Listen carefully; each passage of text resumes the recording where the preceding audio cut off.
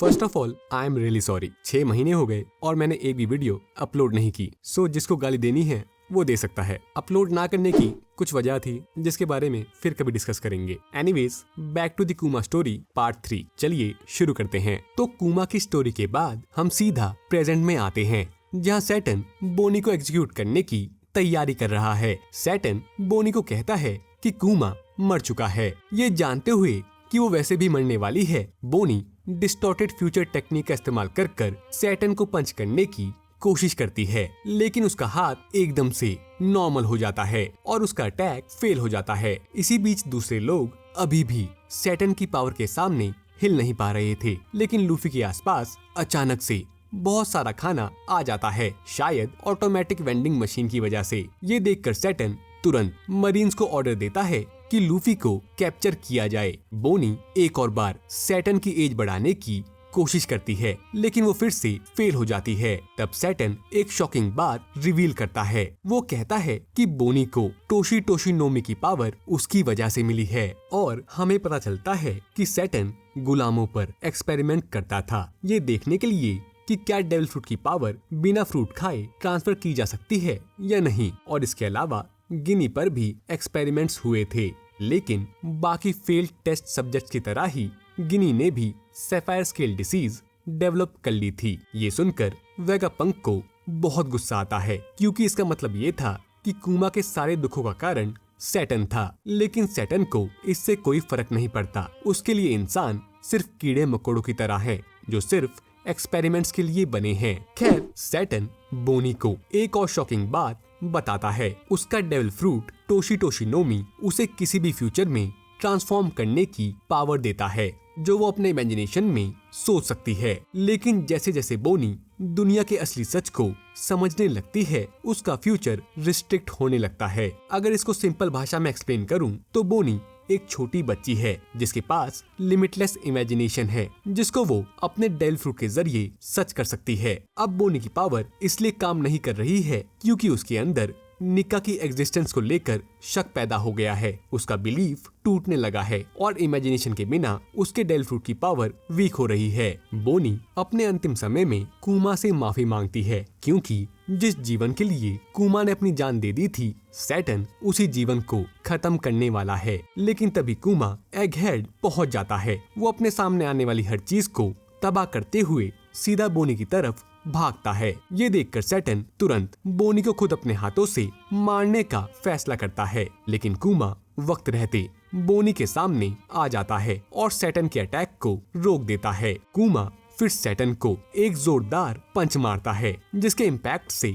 Saturn की एक टांग और एक हॉर्न टूट जाता है। अब सैटर्न कंफ्यूज था। उसके दिमाग में एक ही सवाल था कि कूमा जिंदा कैसे है, क्योंकि जब रेवोल्यूशनरी आर्मी ने कूमा को रेस्क्यू किया था, तभी सैटर्न ने उसका सेल्फ डिस्ट्रक्ट बटन एक्टिवेट कर दिया था। वेगापंक भी ये देखकर शॉक था, क्योंकि थ्योरेटिकली कूमा को पूरी तरह से शट डाउन हो जाना चाहिए था। वेगापंक एक सरप्राइजिंग कंक्लूजन पर पहुंचता है। शायद कूमा के वापस उठने का कारण उसका बुकनर हेरिटेज था, या फिर बोनी को प्रोटेक्ट करने की उसकी विश ने उसे फिर से जिंदा कर दिया था। कूमा बोनी को अपनी बाहों में उठाता है और बोनी उसे थैंक यू बोलती है। वो कहती है, चाहे पूरी दुनिया आपको एक टैरेंट बोले, मेरे लिए आप दुनिया के सबसे दयालु इंसान हो। तभी सैटर्न मलबे से बाहर आता है और वेगापंक से एक गुस्से भरी आवाज में पूछता है, क्या ये सब तुम्हारी वजह से हुआ है? जिस पर वेगापंक जवाब देता है कि अल्टीमेटली तुम कह सकते हो कि ये मेरी वजह से हुआ है,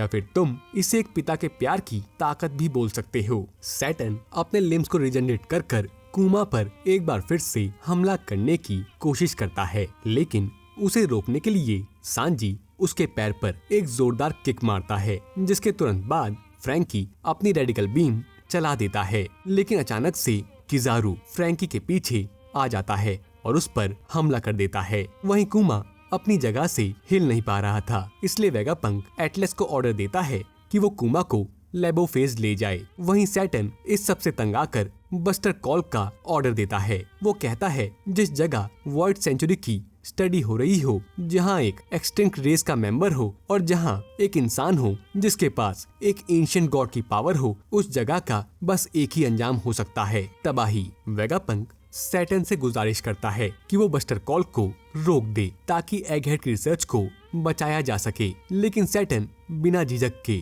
मना कर देता है और कहता है एगहेड में कुछ ऐसा हो सकता है जिससे वर्ल्ड गवर्नमेंट का फ्यूचर खतरे में आ सकता है, इसलिए ऐसी साइंटिफिक प्रोग्रेस की हमें जरूरत नहीं है। सैटर्न एक और शॉकिंग बात रिवील करता है। वो वेगापंक को बताता है कि उसने एगहेड की इवैक्यूएशन शिप को डुबाने का ऑर्डर पहले ही दे दिया था, क्योंकि उस शिप में कोई ऐसा हो सकता था जो वॉइड सेंचुरी के राज को जानता हो। ये सुनकर वेगापंक गुस्से से भड़क उठता है। वो सैटर्न से कहता है तुमने एक इनोसेंट लोगों से भरी शिप को डुबा दिया है जिनको इस बारे में कोई जानकारी नहीं थी, जिस पर सैटर्न निर्दयी तरीके से जवाब देता है कि ये सब तुम्हारी सेल्फ क्यूरियोसिटी और तुम्हारी रिसर्च का नतीजा है। वेगापंक, तुम्हें अपने कर्मों का अंजाम भुगतना पड़ेगा। लेबो फेज में सांजी नामी को कांटेक्ट करता है और उसे बस्टर कॉल के बारे में इन्फॉर्म करता है। साथ ही वो नामी से उनका स्टेटस पूछता है। नामी सांजी को बताती है कि जिनबे जोरो की मदद करने के लिए गया है,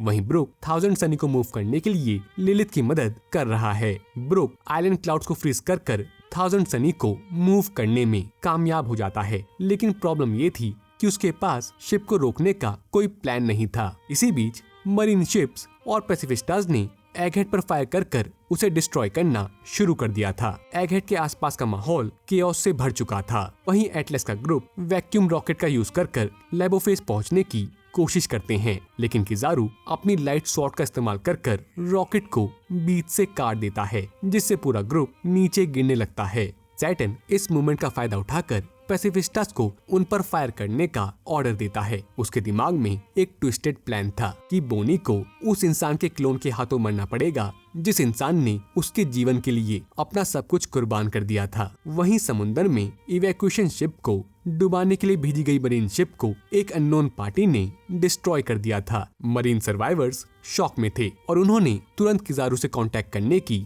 कोशिश की ताकि उन्हें ये इन्फॉर्म कर सकें कि एक अननोन पार्टी एगहेड की तरफ आ रही है। खैर, जैसे ही पैसिफिस्टास बोनी पर फायरिंग करने वाले होते हैं, वेगापंक तुरंत एटलस से कांटेक्ट करता है और उसे कहता है कि वो बोनी तक एक मैसेज पहुंचा दे। एटलस बोनी तक वो मैसेज पहुंचाती है और बोनी मैसेज को सुनते ही पैसिफिस्टास को रुकने और उन्हें इस आइलैंड से बाहर ले जाने का ऑर्डर देती है। ये ऑर्डर सुनते ही पैसिफिस्टास तुरंत अपनी फायरिंग रोक देते हैं और मरीन्स की शिप्स पर अटैक करना शुरू कर देते हैं। ये देखकर मरीन्स के बीच अफरा तफरी मच जाती है और वो शॉक में आ जाते हैं। इस कंफ्यूजन के बीच वेगापंक रिवील करता है कि उसने सभी कुमा क्लोन्स को प्रोग्राम किया था ताकि वो बोनी के ऑर्डर्स को टॉप प्रायोरिटी माने, चाहे वो ऑर्डर्स 5 एल्डर्स के खिलाफ ही क्यों ना हो, क्योंकि वेगापंक कभी इमेजिन नहीं कर सकता था कि बोनी अपने पिता के हाथों मारी जाए। चाहे पूरी दुनिया बोनी के खिलाफ हो, लेकिन कुमा हमेशा उसके साथ रहेगा। वेगापंक के इस रेवलेशन के बाद सैटर्न का गुस्सा अपनी पीक पर पहुंच जाता है और वो बिना किसी हेजिटेशन के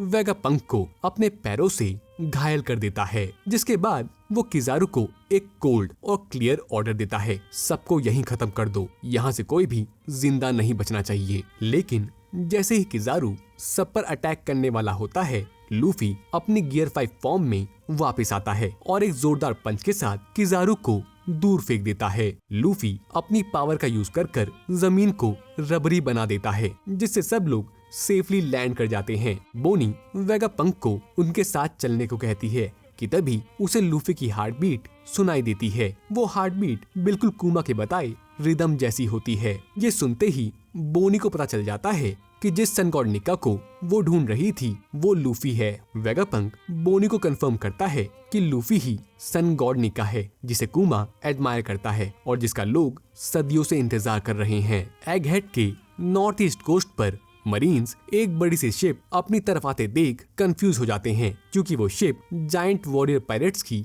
होती है, जिनके बारे में उनका मानना था कि वो ग्रुप 100 साल पहले ही खत्म हो गया था। शिप के सामने खड़े 2 लोग अपने आप को डोरी और ब्रोगी के नाम से इंट्रोड्यूस करते हैं और वो दोनों सन गॉड निका AKA लूफी की मदद करने आए हैं। और इसी के साथ ये वीडियो खत्म हो जाती है।